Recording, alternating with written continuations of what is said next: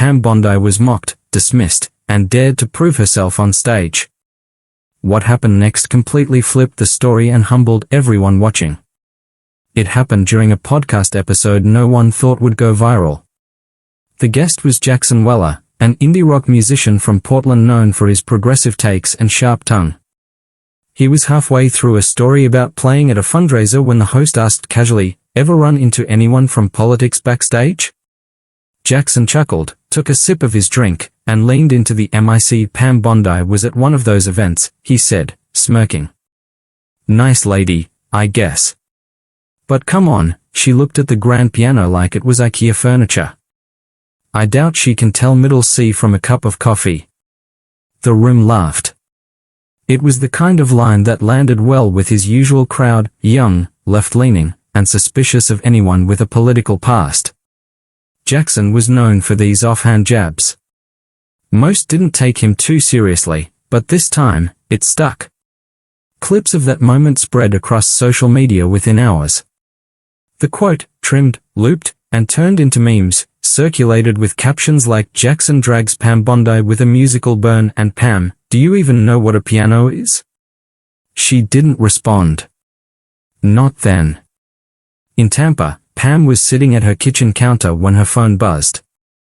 Her niece had sent her the clip with a crying laugh emoji. Pam watched it once, then again. She didn't flinch, didn't roll her eyes. She just sighed, calmly closed the video, and slid the phone face down. Her tea had gone cold. But she didn't delete the clip. Jackson wasn't done either. A week later, he mentioned her again, this time in an interview with a Seattle-based online magazine. "I guess she's lawyer smart, sure. But I doubt she's got a creative bone in her body," he said. "You can't fake art. Either you feel it, or you don't." That quote made it worse. It shifted from being a joke to something meaner, more personal. Some fans laughed it off. Others felt uncomfortable. A few older fans started commenting things like, "Is this really necessary?" and "Just play music, man." But Jackson didn't notice. Or didn't care. He was touring in Florida next month anyway. He figured the noise would die down. What he didn't know was that Pam had received a last-minute invite to a high-profile charity event in Sarasota, a music and arts fundraiser for kids. The very same event Jackson had committed to performing at. The lineup was mixed, local politicians, celebrities, philanthropists, and artists. Pam wasn't planning on speaking or taking the stage at all. She was attending as a quiet donor, someone who preferred to stay in the background and support from the sidelines. She hadn't played publicly in over 15 years. But something was shifting now. She went into her guest room later that week, pulled off the old sheet covering her upright piano, and ran her fingers over the keys. It was out of tune, stiff from time. She smiled to herself. Then she pulled out her phone. "Hey, Dan," she said, calling her old music instructor from law school. "Still tuning pianos?" Meanwhile, Jackson kept doing press. He joked again about Pam during a radio appearance in Clearwater. "Maybe she'll bring her sheet music," he laughed. "Who knows? Maybe she'll surprise us with chopsticks." He didn't know she'd been practicing nearly every day. He didn't know she'd already picked the piece. He didn't know she had no intention of talking, just playing. But the night of the event was getting closer. And not everyone would be laughing. Pam Bondi's public image had always been tightly controlled, sharp suits, firm statements, camera-ready smiles. For years, that's all most people knew of her. Prosecutor. Politician. Fox News contributor. A woman who kept things measured, deliberate, focused. But behind that curtain was something rarely seen. A different rhythm entirely. Before law school. Before politics. Before the headlines. There was music. Pam grew up in Dunedin, Florida. Her father was the town's fire chief. Her mom taught Sunday school and played piano at church. Every Thursday afternoon, Pam would walk 3 blocks from school to Mrs. Donatelli's house, where an aging Baldwin upright piano sat in the living room, just a few feet from the smell of lemon polish and old books. She was 8 when she first touched the keys. 10 when she fell in love with Chopin. Mrs. Donatelli was tough. She'd slap the edge of the piano bench with a ruler every time Pam slouched or dropped a finger. "Feel the space," she used to say. "Don't just press notes. Tell the truth." By 15, Pam was playing sonatas from memory. At 16, she won second place at the Tampa Bay Youth Music Competition, narrowly missing first after freezing mid-measure during a Debussy piece. That loss stung. She never forgot the silence in the room when she stood up and walked off stage without finishing. She didn't cry. She just folded the program into a neat square and kept it in her wallet for years. But life had other plans. Her parents split. College came fast. Music, while still inside her, got quieter. She pursued criminology, then law. She told herself she'd come back to music later, when things calmed down. They never did. Years passed. Career took over. Long workdays, press briefings, courtrooms, and campaign trails. The piano stayed in her guest room, gathering dust beneath old books and framed photos. People stopped asking about her hobbies. Most assumed she didn't have any. Even her closest colleagues didn't know about the piano. Only one person ever brought it up again. A man named Grant Halberg. Grant had been a deputy prosecutor, a few years younger than her, with a quiet way about him. During a particularly brutal case in 2007, the two had started working late nights in the office. One night, over bad takeout, Grant noticed sheet music in Pam's briefcase. She froze when he pointed it out. "You play?" he asked. "Used to," she said. "What piece?" She hesitated. "Nocturne in C-sharp minor." He blinked. "Seriously? That's not beginner stuff." She nodded, then went back to eating. Nothing else was said. A few weeks later, on her birthday, he left a small envelope on her desk. Inside was a single music page, just the opening bars of that nocturne, along with a yellow sticky note. "Don't wait forever," it read. He died 5 months later. Brain aneurysm. No warning. She never threw away the note. Years later, when her niece sent her that clip of Jackson Weller joking about her and the piano, Pam didn't just hear a jab. She felt the same tight breath she had felt after walking off stage at 16. That sting. That quiet push. She wasn't angry. She wasn't even embarrassed. She was remembering. By the time the Sarasota charity event rolled around, she had practiced every night for nearly 4 weeks. Her hands had been stiff at first, but her muscle memory returned quicker than she expected. She kept the sessions private. Lights low. No recordings. Just her, the keys, and a promise she hadn't realized she'd made to herself all those years ago. The piece she picked wasn't random. It was the same one she never finished playing on stage. Debussy's Clair de Lune. As the date approached, Pam's name started appearing on the guest list for the event, but listed only as a donor. No public statement. No hint of anything unusual. Jackson Weller didn't notice. Or if he did, he didn't connect the dots. He had a set list ready. A handful of industry friends were flying in. He figured it would be a fun, easy night with a bit of press, some drinks, and applause. Maybe he'd make a cheeky comment or two. Get a few laughs. Show the crowd that charm he was known for. What he didn't realize was that Pam wasn't coming for attention. She was coming for the music. But the stage wouldn't belong to him forever. And when it didn't, things would start to shift in a way no one saw coming. The Ritz-Carlton Ballroom in Sarasota shimmered under strings of soft light, the kind that made every cocktail dress look tailored and every glass of champagne feel a little fancier. It was a charity event, sure, but it was also a photo op. A gathering of Florida's well-connected, with silent auctions, catered shrimp towers, and a Steinway grand piano parked near center stage like furniture waiting to be acknowledged. The theme was art for the next generation, raising funds for local school music programs. Pam Bondi arrived just after 7:15 p.m., wearing a black satin dress with simple heels. She didn't bring a +1. She didn't alert the press. She hadn't been on a stage in years. She didn't plan to be on one tonight either. Unless the moment called for it. Across the room, Jackson Weller was already in performance mode. He wore a brown suede jacket and an open-collared shirt.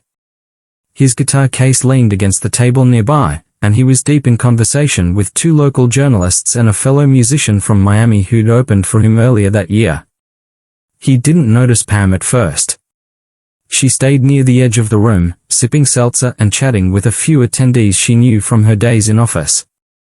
No one said anything about pianos. She didn't bring it up either. Then, somewhere between the third-pass tray of mini crab cakes and the opening remarks, Jackson spotted her. He didn't hesitate. He approached her like a man about to score easy points at a press dinner. His voice was loud enough for people nearby to hear. "Well, well," he said, lifting his glass. "The legend herself." Pam turned slowly, her expression unreadable. "Jackson," she said with a polite nod. He grinned. "Glad you made it. Didn't know art fundraisers were your thing." "They are," she replied. "Especially when kids benefit." He raised an eyebrow. "Right. Music education and all that. When I was younger, I used to think I could size people up quick, that I knew who had what. Talent. Depth. Heart." He paused. "Turns out, I've been pretty arrogant." He looked toward Pam. "And I owe someone an apology." The room went quiet again. Jackson played a stripped-down version of one of his older songs. No effects. No looping pedal. Just chords and a voice, slightly rough with honesty. And when he finished, the applause was just as real as it had been for her. Pam didn't clap. She listened. And that was enough. But the night wasn't over yet.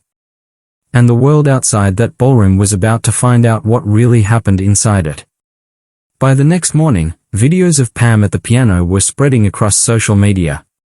One clip, shaky and filmed from behind a table of wine glasses, had already passed 1 million views.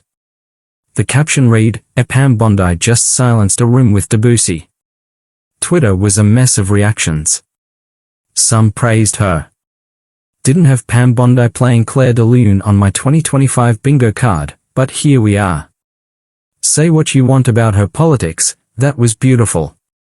Pure. Raw talent."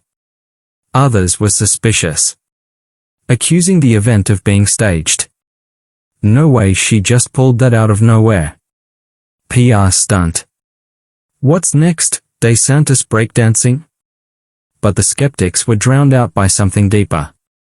Curiosity. Fascination. Disbelief that someone so pigeonholed by the media could possess such quiet grace. And Jackson? He hadn't posted anything. No tweets. No stories. No sarcastic follow-up.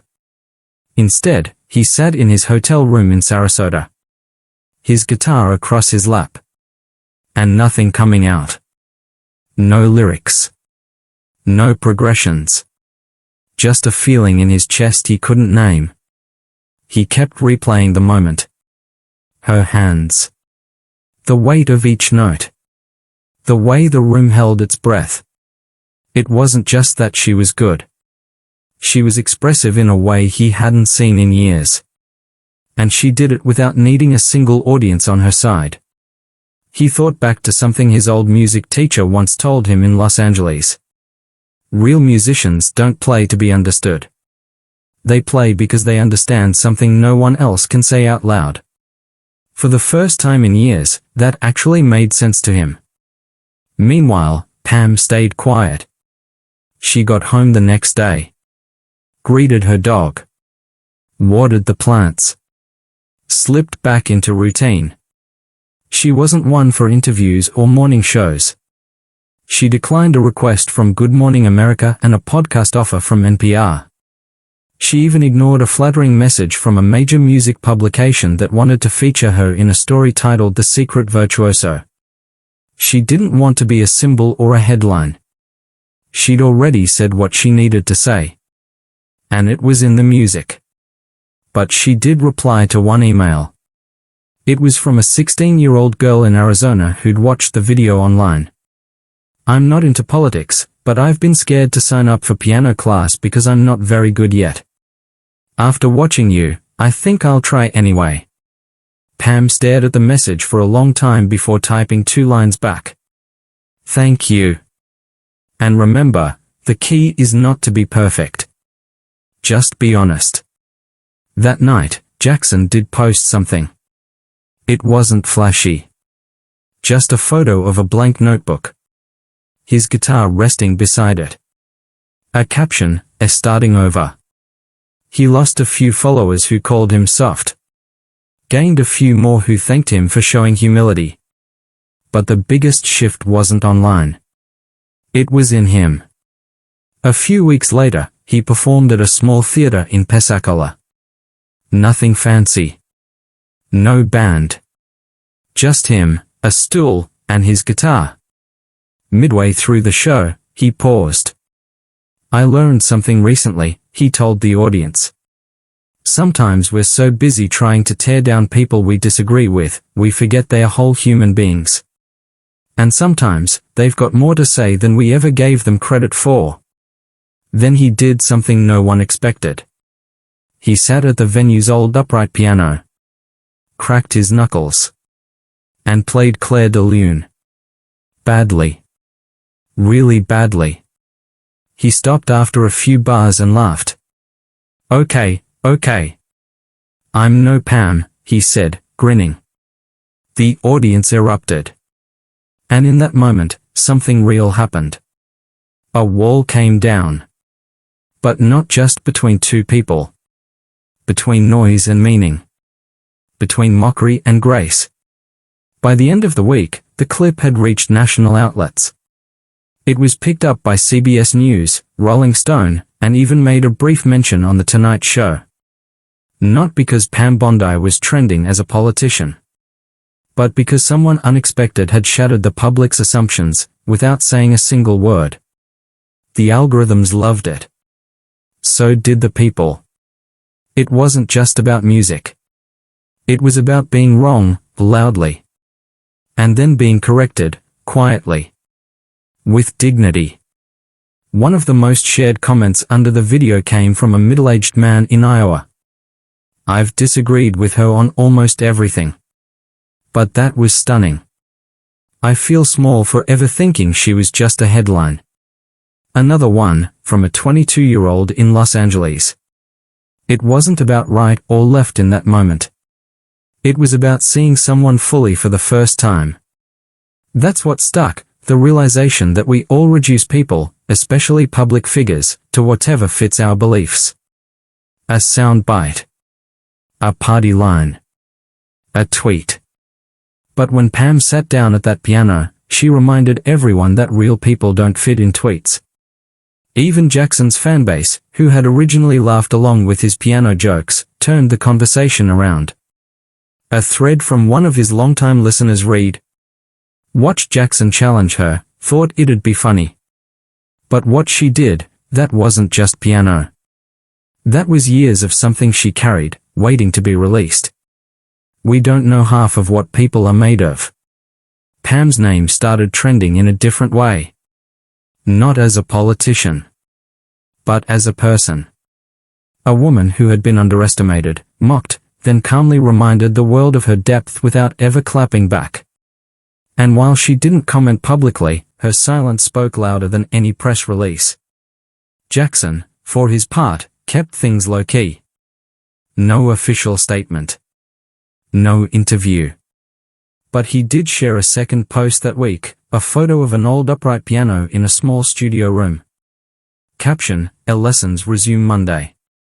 He had enrolled in private lessons in Gainesville. Said he was tired of pretending he knew it all. Some called it PR cleanup. Others saw it for what it was: growth. What no one could deny was that something had shifted. And not just in Jackson or Pam, but in how people talked about them. For a few days, the online world stopped shouting and started listening. Clips from the Sarasota event kept surfacing. Someone uploaded the full 8-minute video of Pam's performance.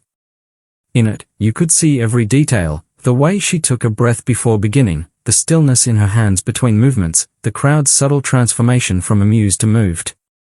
A YouTube comment said it best: "This wasn't a gotcha moment. It was a moment of grace in a world full of noise." And that's why it resonated. Because it wasn't about politics. It wasn't even about talent. It was about how wrong we can be when we assume people are only what we've heard about them. Pam didn't trend for yelling. She didn't trend for tearing anyone down. She trended because she showed up, stayed calm, and did the one thing nobody expected. She spoke through beauty. And beauty, real beauty, doesn't argue. It doesn't defend itself. It just is. Back in Tampa, Pam's piano was tuned now. Cleaner. Warmer. She played in the evenings again. Not for anyone else. Just for herself. Sometimes just a scale. Sometimes the same 3 bars over and over. No need for applause. No audience required. It had never been about proving anything. But in that moment, she had reminded everyone watching of a truth they'd forgotten. That people are always more than the sum of their headlines. But stories like this only last if we carry them forward. And the final lesson hadn't been spoken just yet. It would have been easy to write it off as a fluke, some weird viral moment that came and went like all the others. But this one stuck. It kept getting shared. Not just because Pam played beautifully, but because the moment felt honest. And honesty is rare, especially when it shows up unannounced. For a while, it sparked a real conversation online. About judgment. About ego. About how easy it is to dismiss someone without ever knowing who they really are. Everyone had their version of the story. But no matter which angle people came from, political, musical, emotional, the takeaway was the same. We assume too much. We listen too little. And we forget that everyone is carrying something they don't talk about. Pam's years at the piano weren't about showing off. They were about process. Escape. Peace. The fact that she never once brought it up, even when she was mocked on national platforms, wasn't modesty. It was restraint. Self-respect. Knowing who you are so deeply that you don't need to prove it every time someone throws a stone. There's strength in that. On the flip side, Jackson's journey was just as real. He could have doubled down, posted something snarky, kept the joke going. A lot of people in his position would have. But he didn't. He listened. He watched. And when it became clear he'd misjudged someone, he let himself feel that. Not publicly. Not perfectly. But clearly. That kind of shift doesn't get millions of views. It doesn't make headlines. But it matters. Because that's how we change. Quietly. Slowly. One layer at a time. Weeks later, Pam got a letter. Not an email. A real letter. Handwritten, in blocky cursive. It was from a middle school music teacher in rural Tennessee. I showed the video to my class. They were stunned, not just by the music, but by what it meant. I asked them afterward what they took from it. One kid said, "She didn't yell. She just played." That's gonna stick with them. Honestly, it's stuck with me too. Asterisk. Pam folded the letter neatly and placed it inside a drawer near her piano. She never replied. She didn't need to. That moment in Sarasota was never about fame or redemption. It wasn't a political stunt. It wasn't even about proving someone wrong. It was about showing what it looks like when someone knows exactly who they are, and doesn't let noise, mockery, or public opinion shake that foundation. There's a lesson in that for all of us. We live in a time where calling people out has become sport. Where assumptions go viral faster than facts. And where it's easier to shout into a void than to pause and wonder what someone's life might actually look like off camera. But that night reminded people of something we're starving for. Depth. Grace. Surprise. Humanity. You don't have to like someone to recognize their talent. You don't have to agree with someone to acknowledge their worth. And you don't have to clap back when you can simply let your actions speak louder than your critics. Pam never asked for applause. She just played. And maybe that's the real lesson here. Don't speak unless it adds value. Don't fight unless it matters. And never assume you know someone just because you've seen their name on TV. Because one day, you might find yourself in a room, thinking you're the one in control. Only to watch someone you underestimated sit down at the piano you thought you knew. And change the temperature of the entire world around you. Without raising their voice. Without asking for permission. Just by being exactly who they are. If this story moved you, take a second to reflect on someone you've written off too quickly. Maybe it's time to see them again, with different eyes. And if you're still holding back something you love, thinking the world won't understand it, maybe it's time to share it anyway.